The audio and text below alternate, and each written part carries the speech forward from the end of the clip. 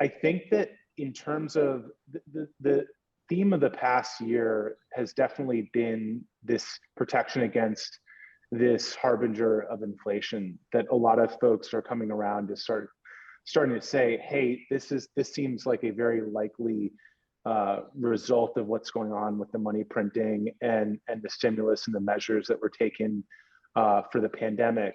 And we're actually happening, a lot of the QE and stuff like that, and the deficit has been ongoing for the past decade, many years since we've been actually out of the previous crisis in 2008, 2009.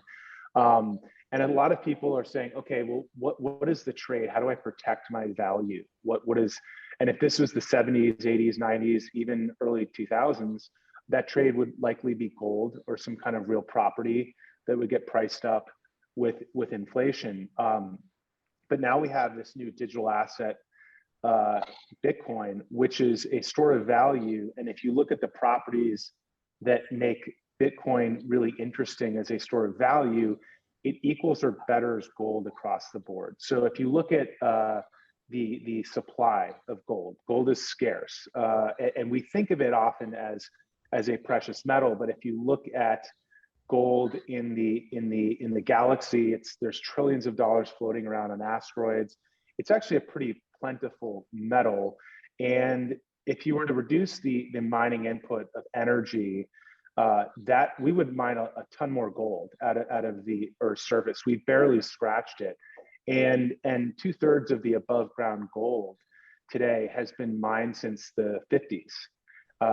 And so the supply of gold actually increases with demand. The supply of Bitcoin is truly fixed at 21 million. And even though there's only 21 million, you can actually buy a fraction of a Bitcoin, but no amount of demand will increase that supply. So it is literally the hardest money in the observable universe. And I think a lot of people are looking at it that way. In addition to it's way more portable. Try moving a bar of gold around, especially during a pandemic. It's near impossible, right? And it's more divisible. And so if you go down the line, Bitcoin is sort of, we call it gold 2.0. It's a superior version of gold across the board. And these are sort of talking points we've been saying about Bitcoin for years, really since we've been in it, since 2012.